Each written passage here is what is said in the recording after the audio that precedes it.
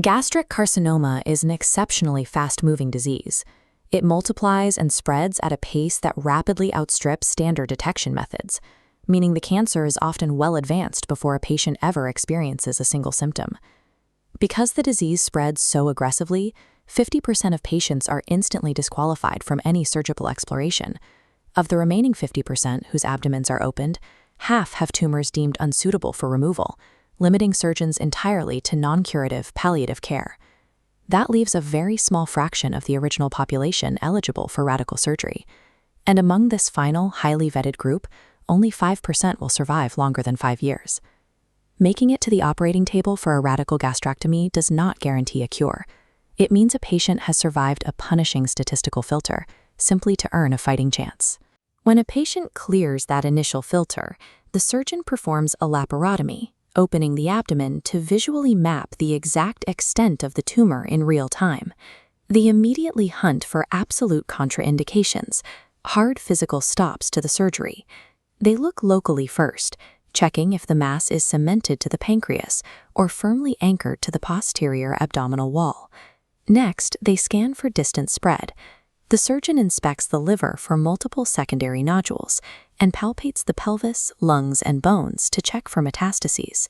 If the patient is clear of all these disqualifiers, the surgeon defines their cuts. A radical resection requires removing the tumor along with a 1-inch border of entirely healthy tissue, while extracting all the local lymph nodes draining the stomach. This exhaustive physical checklist marks the transition to irreversible intervention. Once the surgeon confirms the margins are clear and decides to proceed, they are committed to a permanent re-engineering of the patient's digestive tract. The preferred approach is a partial gastrectomy. The objective here is anatomical economy, surgically targeting specific zones of the stomach while preserving as much healthy, functional tissue as possible. Looking at this diagram of the stomach and intestines, we see a lower radical partial gastrectomy. When the tumor is confined to the lower third, the surgeon removes that diseased section entirely. The healthy upper stomach is then stitched directly downward to the duodenum or jejunum. Conversely, for tumors in the upper third, the operation targets the top. The bottom end of the stomach is preserved and shifted upward, attaching directly to the esophagus. This specific upward configuration requires a pyeloplasty. A pyloroplasty is a surgical modification to the valve at the bottom of the stomach, widening it so it won't spasm and retain food now that normal nerve pathways are altered. In some cases, surgeons perform a quasi-total gastrectomy. Here, they intentionally leave just a tiny upper fraction of unaffected stomach. This small remnant acts as an anchor, making it much safer to reconnect to the intestines than stitching directly into the delicate esophagus.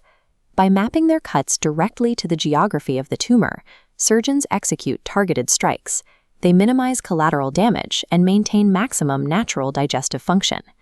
But when a tumor sits squarely in the middle of the stomach, or if a patient presents with linitis plastica, a condition where cancer completely infiltrates the stomach wall, those targeted strikes are no longer an option. The surgeon must escalate to a total radical gastrectomy. This operation is performed completely retroperitoneally, working behind the abdominal cavity to remove the stomach en bloc, meaning entirely at once. This anatomical map highlights the scale of that removal. The extraction encompasses the stomach, the spleen, the hilar lymph nodes, and the tail and body of the pancreas. To safely pull the massive block of organs out, the primary blood supply must be permanently severed. The surgeon tightly ligates the left and right gastric arteries, along with the right gastroepiploic artery. A total gastrectomy is a scorched earth protocol. Major adjacent organs are sacrificed, and primary blood vessels permanently tied off, strictly to ensure no microscopic trace of the tumor is left behind. With the organs removed, the surgeon must now address the severed esophagus. Without a stomach to bridge the gap, they must immediately restore the alimentary canal to keep the patient alive. The solution is the Roux-en-Y oesophagojejunostomy. Bypassing the missing stomach space, the surgeon stitches the severed esophagus directly to the jejunum, the middle section of the small intestine. This flow diagram demonstrates the mechanical purpose of the Roux-en-Y configuration. It creates a detour that physically diverts highly caustic bile and pancreatic juices downward, ensuring they safely bypass the new junction and cannot wash backward into the unprotected esophagus. Postoperative survival depends entirely on this masterful anatomical detour. Without it, the body's own digestive fluids would backflow and destroy the remaining tract. This stark data visualization compares the immense risk between these paths. Even in the hands of expert surgeons, a total radical gastrectomy carries a 30% mortality rate. By comparison, the partial gastrectomy operations carry a much lower mortality rate of just 5%. That drop in risk is exactly why surgeons are highly motivated to avoid total removal whenever possible. Ultimately, successful surgical management relies on preserving every possible inch of healthy tissue. Total extraction is a final resort, used only when the cancer leaves the surgeon no other choice. To treat advanced stomach cancer, doctors often rely on a radical gastrectomy. The surgeon removes the stomach entirely and has to completely reroute the human digestive system, connecting the esophagus directly to the small intestine. Rebuilding the body's plumbing comes with severe, immediate risks. The new connections can fail. Patients face the threat of leaks at the oesophagojejunostomy, the exact site where the esophagus meets the intestine. The entire focus of the medical team is simply making sure basic bodily functions can resume without catastrophic internal leaks. Even when the surgery is flawless, patients face significant, permanent lifestyle alterations. Without a stomach to store food, they have to adapt to eating much smaller meals at much shorter intervals. There is also a specific biological fallout. The human stomach contains parietal mass, which is crucial for nutrient absorption. Removing that mass creates severe nutritional deficits, forcing patients to undergo lifelong routine vitamin B12 replacement therapy. The physical risks and the biological realities of this surgery are identical worldwide, yet depending on where a patient lives, their chances of long-term survival are wildly unequal. This chart contrasts the 5-year survival rates after a radical gastrectomy by region. In the West, the survival rate hovers between a sobering 25 to 50%. But in Japan, that rate leaps up to an encouraging 50 to 70%. We are looking at a survival gap of up to 45%.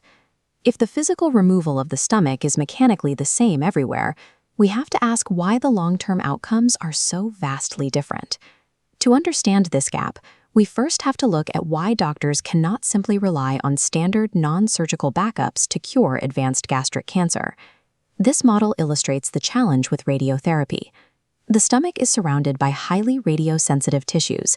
These adjacent organs severely limit the radiation dosage doctors can safely apply before they cause massive collateral damage. Systemic chemotherapy also struggles to gain traction. Combinations utilizing drugs like cisplatin and 5-fluorouracil show some promise, but their high toxicity creates unbearable systemic morbidity, essentially severe widespread side effects for the patient. Because these non-surgical backups are either physically capped by surrounding organs or too toxic for the whole body to handle, curing the disease relies entirely on optimizing the surgical procedure itself. The Japanese medical system tackles this by intervening earlier. They screen for and treat the disease with surgery before the cancer has an opportunity to extensively spread. Once in the operating room, Japanese surgeons perform an incredibly meticulous clearance of the lymph nodes surrounding the stomach. They systematically target and extract these lymphatic clusters. Those cleared nodes are immediately sent for strict pathological examination, verifying the cancer has been absolutely eradicated. In Japan, a gastrectomy operates as an exhaustive, microscopic hunt for escaped cancer cells, hiding within the surrounding biological infrastructure. To ensure every last rogue cell is destroyed, Japanese oncologists employ a unique pharmacological weapon. It is designed to support the surgery without triggering the severe illness caused by traditional systemic chemo. The material innovation is highly specific. Doctors use microscopic particles of charcoal that have been impregnated with a chemotherapy drug called mitomycin-C.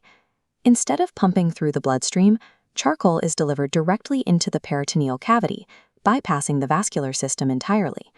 The peritoneal lymphatics naturally absorb these targeted particles, concentrating the chemotherapy exactly where residual cancer cells hide, sparing the body from toxic exposure. By hyper-targeting the local lymph system with this charcoal delivery method, Japanese medicine takes a highly toxic systemic treatment and turns it into a precise, highly tolerable weapon. Japan's 70% survival rate is the product of a specific procedural philosophy, independent of any regional genetic advantage. This approach treats surgery as one phase of a multi-pronged microscopic assault, rather than viewing the procedure as an isolated physical extraction. These outcomes rely on a combination of early intervention, meticulous lymph node pathology, and localized intraperitoneal chemotherapy. The geographical divide in gastric cancer shows that in the fight against advanced disease, the overarching strategy surrounding the surgery determines survival just as much as the scalpel itself. If you found this video informative, please like and share, comment what you would like to see next, and subscribe to the channel to get notified about future informative videos.